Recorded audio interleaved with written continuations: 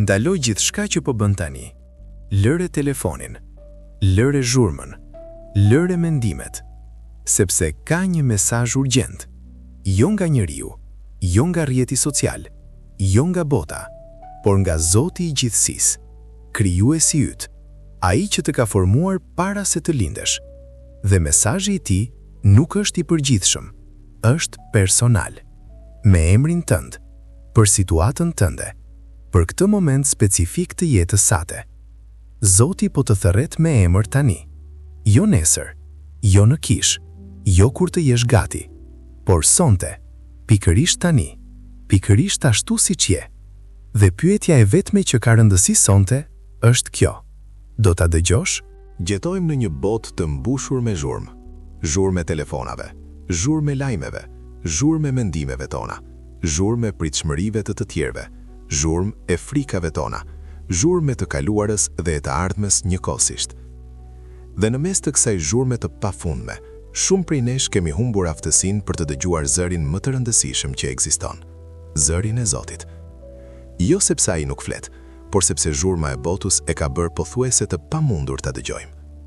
Por sonte, Zoti ka vendosur të kalojë çdo zhurmë, çdo distraktim dhe çdo pengesë.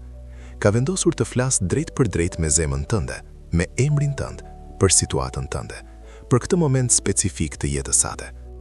Dhe ky zë, kur ta dëgjosh me zemrën e hapur, do të ndryshojë gjithçka, sepse nuk është zë i botës, është zëri i Atij që ka krijuar gjithçka dhe që të njeh ty më mirë se sa njeh veten. Sonte, hap zemrën, hesht mendjen dhe dëgjao. Ka diçka që zemra njerëzore ka nevojë ta dëgjojë më shumë se çdo gjë tjetër. Të njohësh me emër, jo si numër, jo si statistik, jo si një nga miliarda njerëz në botë, por me emrin tënd specifik. Atë emër që prindrit e zgjodhen për ty.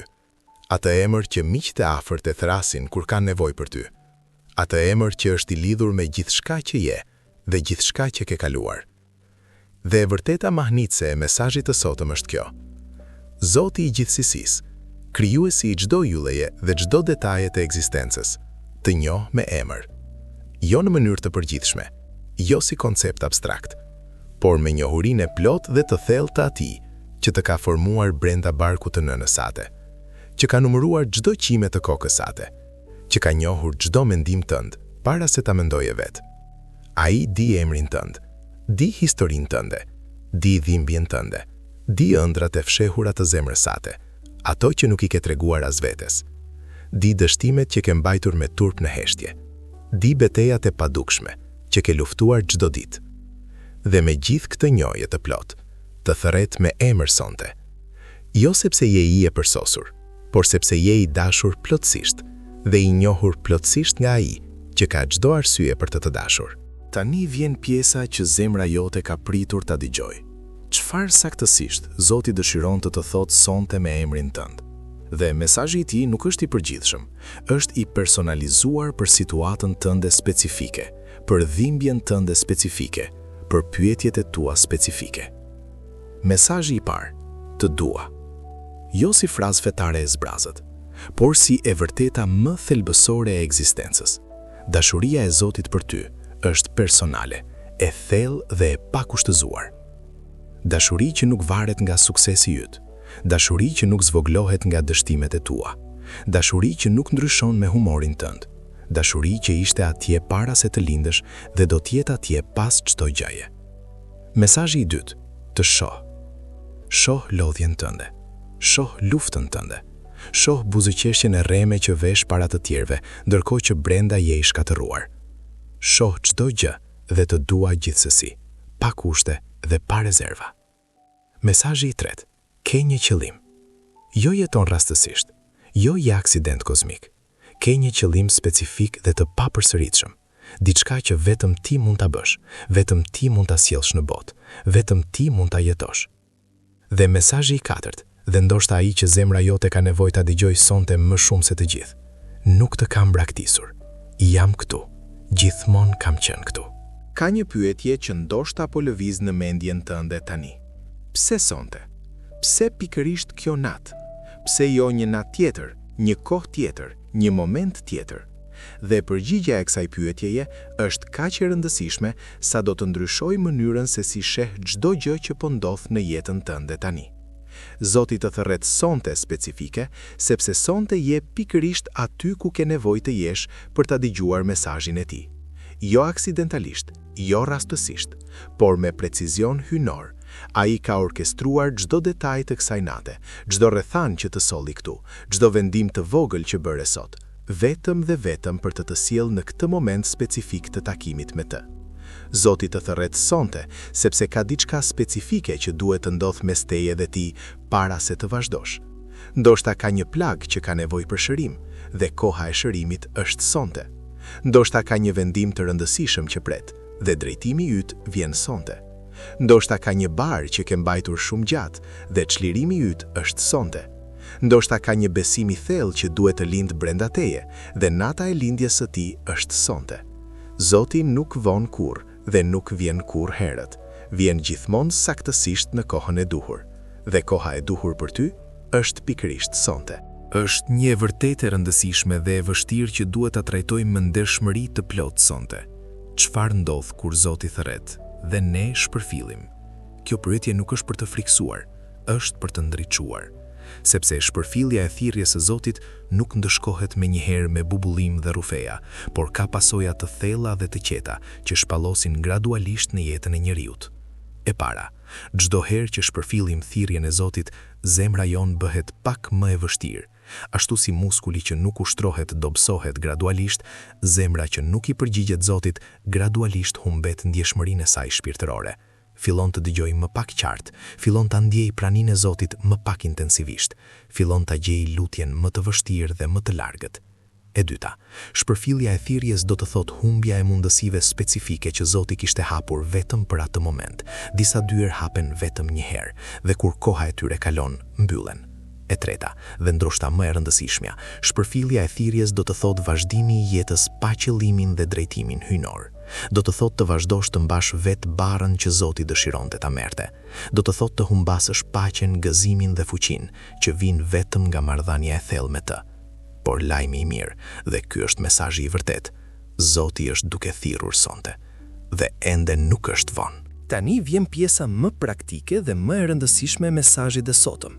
Si ti përgjigjesh thirrjes së Zotit sonte, jo nesër, jo kur të jesh gati, jo kur të kesh gjithçka të rregulluar, por sonte, pikërisht ashtu siç je, me të gjitha papërsosmëritë, dyshimet dhe frikët e tua.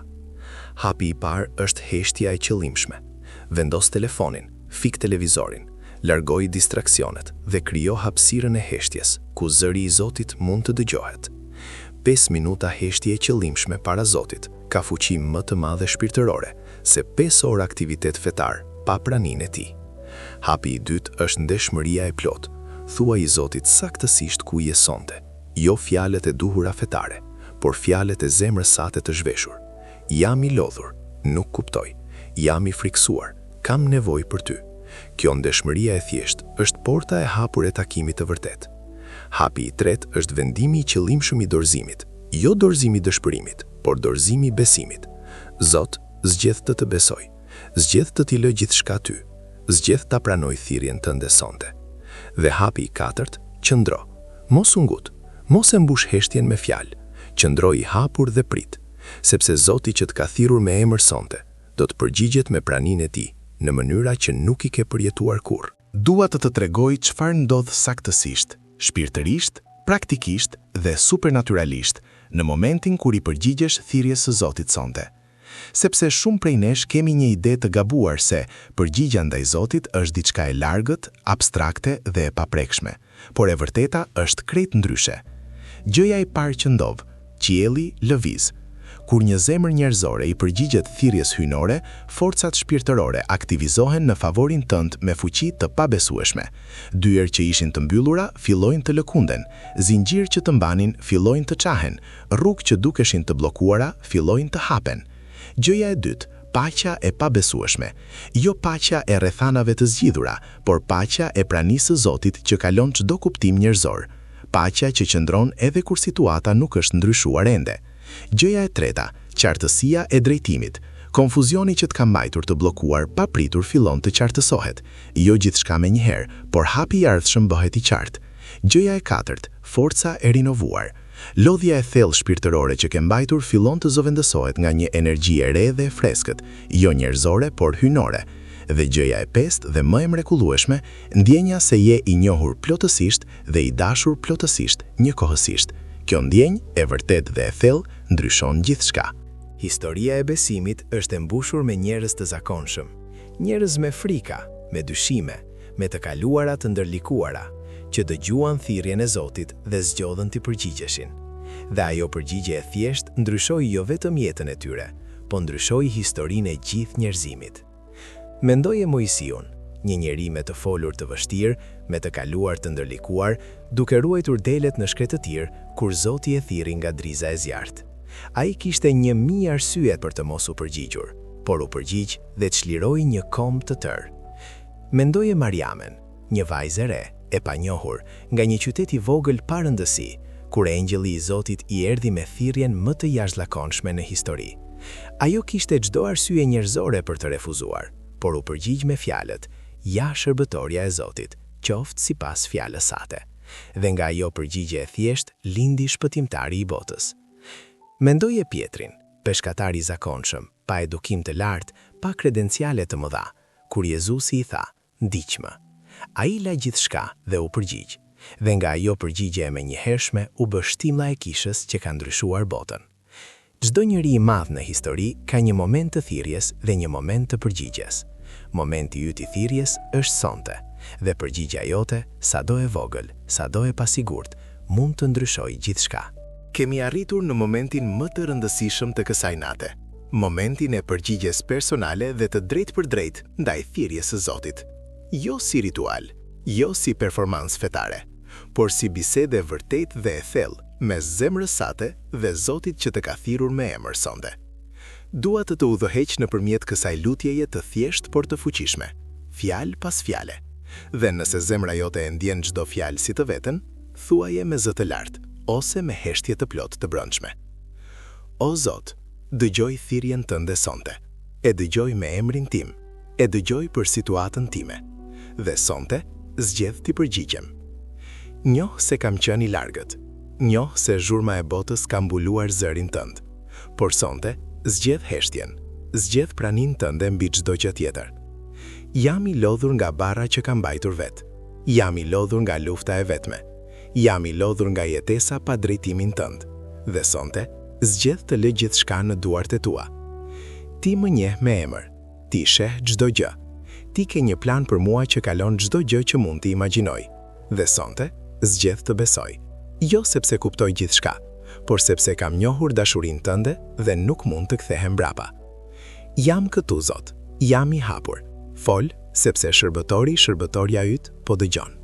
Kam arritur në fund të këtij mesazhi urgjent, por në të vërtetë, nëse i je përgjigjur thirrjes së Zotit sonte, ky nuk është fund, është fillimi i gjithçkaje. Fillimi i marrëdhënies më të thellë që ke pasur ndonjëherë. Fillimi i qartësisë dhe drejtimit që ke kërkuar. Fillimi i paqes që kalon çdo kuptim. Fillimi i kapitullit të ri më të mrekullueshëm të jetës sate. Zoti ka thirrur sonte me emrin tënd, jo sepse je i përsosur, jo sepse ke gjithçka të rregulluar, por sepse je i dashur plotësisht, pikërisht ashtu siç je, nga ai që sheh gjithçka dhe zgjedh të dojë gjithsesi. Dhe thirrja e tij sonte nuk ishte aksidentale. Ishte e planifikuar para se të lindësh.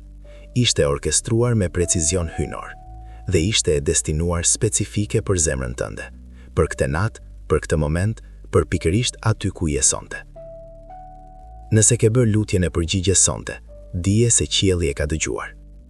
Dije se forcat hynore janë aktivizuar në favorin tënd.